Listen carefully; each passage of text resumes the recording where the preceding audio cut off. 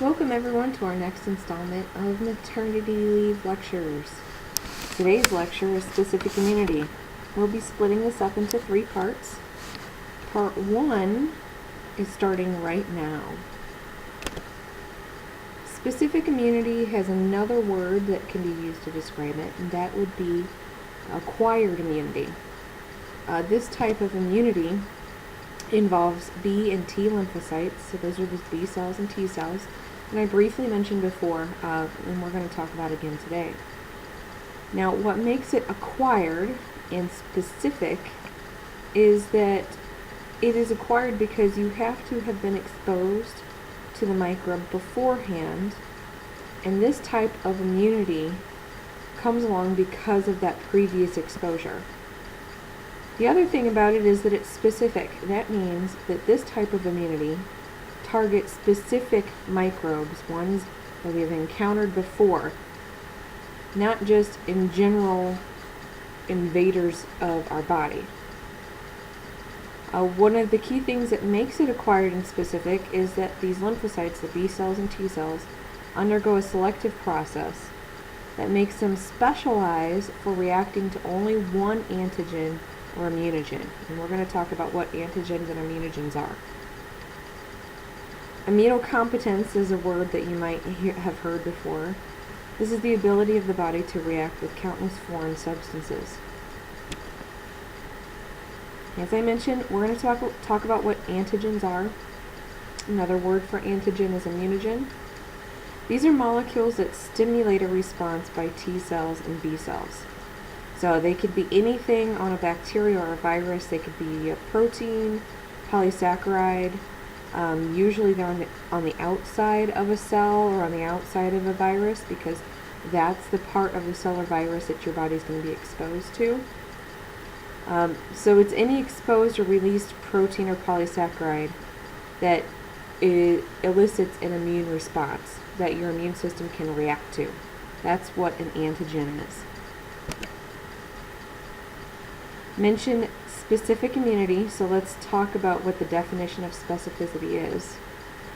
Well, specificity is highly specific to the antigen against which the third line of defense is directed. Okay, again, that means that the microbes that invade your body, they have to have been detected before. Your immune system has to remember them. That's where this memory comes in. Memory is the next thing about specific immunity. This is the rapid mobilization of lymphocytes that have been programmed to recall their first engagement with the invader. Now, again, what that means is your body was exposed to this microbe before, and in that exposure from before, it's programmed your immune system in order to remember that microbe. So when that microbe enters your body again, your immune system can rapidly engage in killing that microbe. These are the stages of acquired immunity that we're going to go through today. We're going to start with lymphocyte development and differentiation, go on to how antigens are presented, challenging B cells and T cells, and then the B cell response and the T cell response.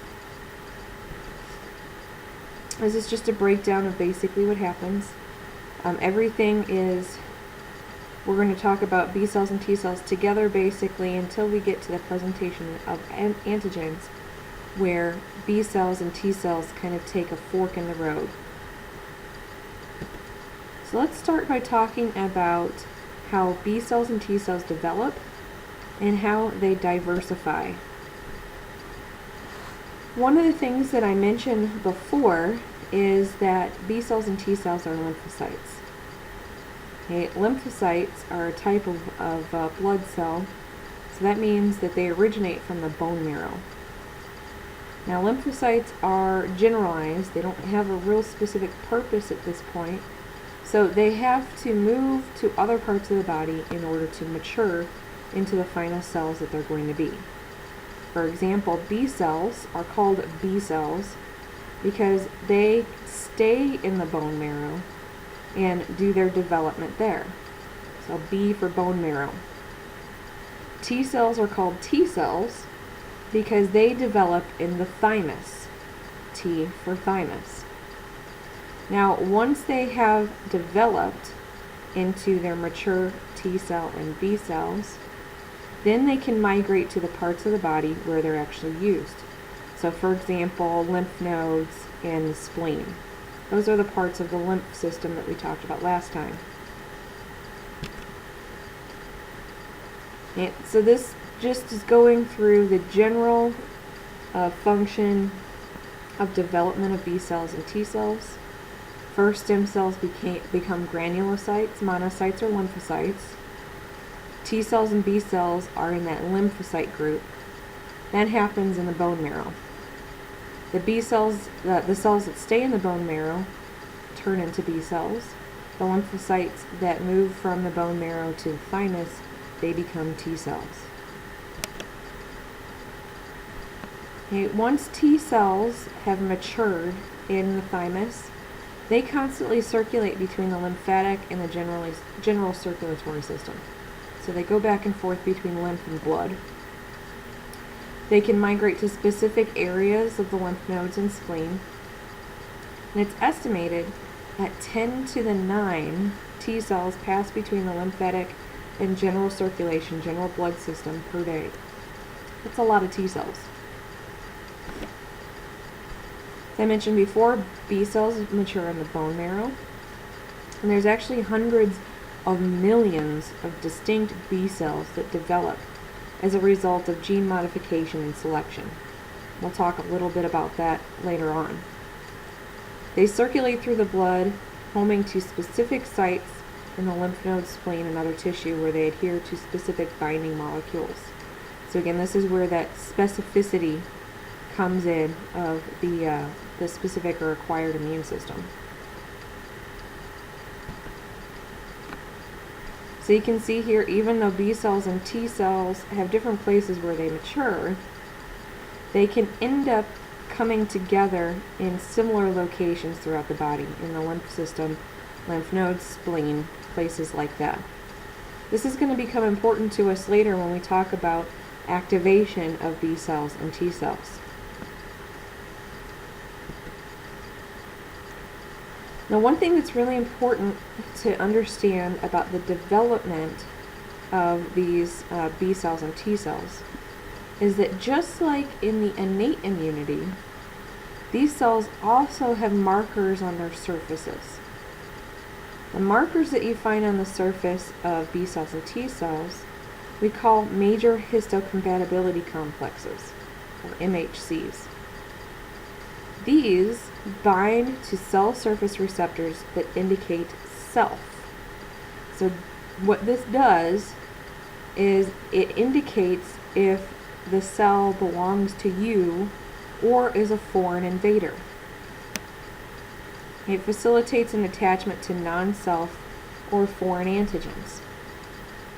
They also are involved in receiving and transmitting chemical messages to coordinate the immune response, and they can aid in cellular development, so development of the T cells and B cells. MHCs come in a few different versions. We're going to talk about MHC1. These appear on all nucleated cells, so any cell in your body that has a nucleus has MHC1 receptors on it, markers on it. This particular one, MHC1, is a display, they display unique characteristics of self. So that means this marker tells your body, okay, this is my cell, do not attack it. When bound to antigen-presenting cells, involved in activation of cytotoxic T cells. So that means that when it's on an antigen-presenting cell like a macrophage or a dendritic cell, it can activate specific types of T cells that we'll talk about before, and that is an important part of our acquired immune system. The other type of MHC that we'll talk about are MHC2. These are immune regulatory markers that are found on macrophages and dendritic cells, and they're also found on B cells. These are most important in involving the presentation of antigens to T cells. And we'll talk about what helper T cells are in a bit and why this is so important. But when you see MHC1 or MHC2, MHC1 is usually involved in indicating self. MHC2 is usually involved in presenting antigens. There are 3 classes of MHC genes, but of course, again, we're only talking about 2. Again, MHC1 is about self. That's this one right here on the left. MHC2 is mostly about presenting antigens to other cells.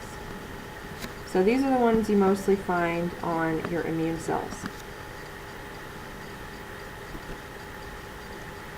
Another type of receptor that we're going to see are cluster of differentiation molecules, or CD markers. These are found on the membranes of a variety of different cells, but most importantly for us, they're found on the surface of T cells. And they're involved, what they do is they're involved in the activation of T cells. There are many different CD receptors, but we're only interested in 2 of them. We're interested in the CD4 receptor. These are found on helper T cells. And what they do for the helper T cells is they can bind to MHC2s. So again, MHC2s are involved in antigen presentation. So when an antigen is presented to the helper T cells, it's the CD4 receptor that binds to it. CD8 receptors are found on cytotoxic T cells. We'll talk about what those are in a little bit. And they bind to MHC1 molecules. Okay, and if you don't get what's happening right now, this is okay. It's just background information. We'll talk about how all these receptors work together, where they're found, and what they do as we go through activation of T cells and B cells and the other processes of acquired immunity. Another type of receptor that's found on T cells are T cell receptors. These bind antigen and present them to B cells. So what they are involved in is the activation of B cells. These are formed by genetic modification, and they have regions that can be variable, so they can change in order to bind to specific other receptors. So this right here would be the surface of a T cell, and there's 2 types of receptors that you would find on it. You have your T cell receptor that I just talked about, and you have your CD4 or CD8 receptors on the surface. The final type of receptor that we're going to talk about are on B cells, and these are the ones that you guys are probably familiar with already, or at least have heard of before. Those are the immune globulins. Another word for immune globulin is antibody. Now, we're going to talk more about antibodies and what they do in different contexts, but in this context, antibodies are receptors on the surface of B cells. Okay, so they can be found on the surface of B cells. And they're specifically produced after an antigen is presented to the B cells. So that means that these antibodies are made in order to bind to that specific antigen and respond to a specific pathogen.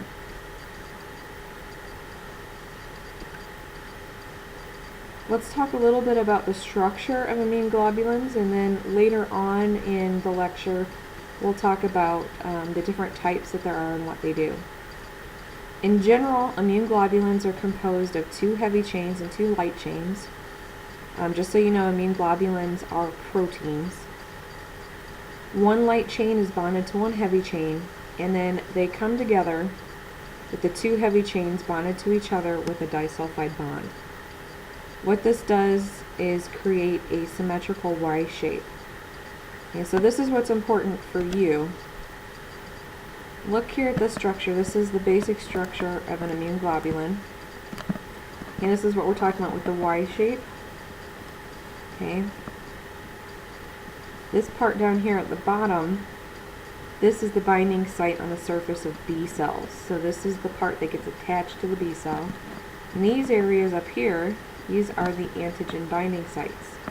So those are on the outside of the cell, available to bind to any antigen that's floating around. And they specifically recognize certain microbes.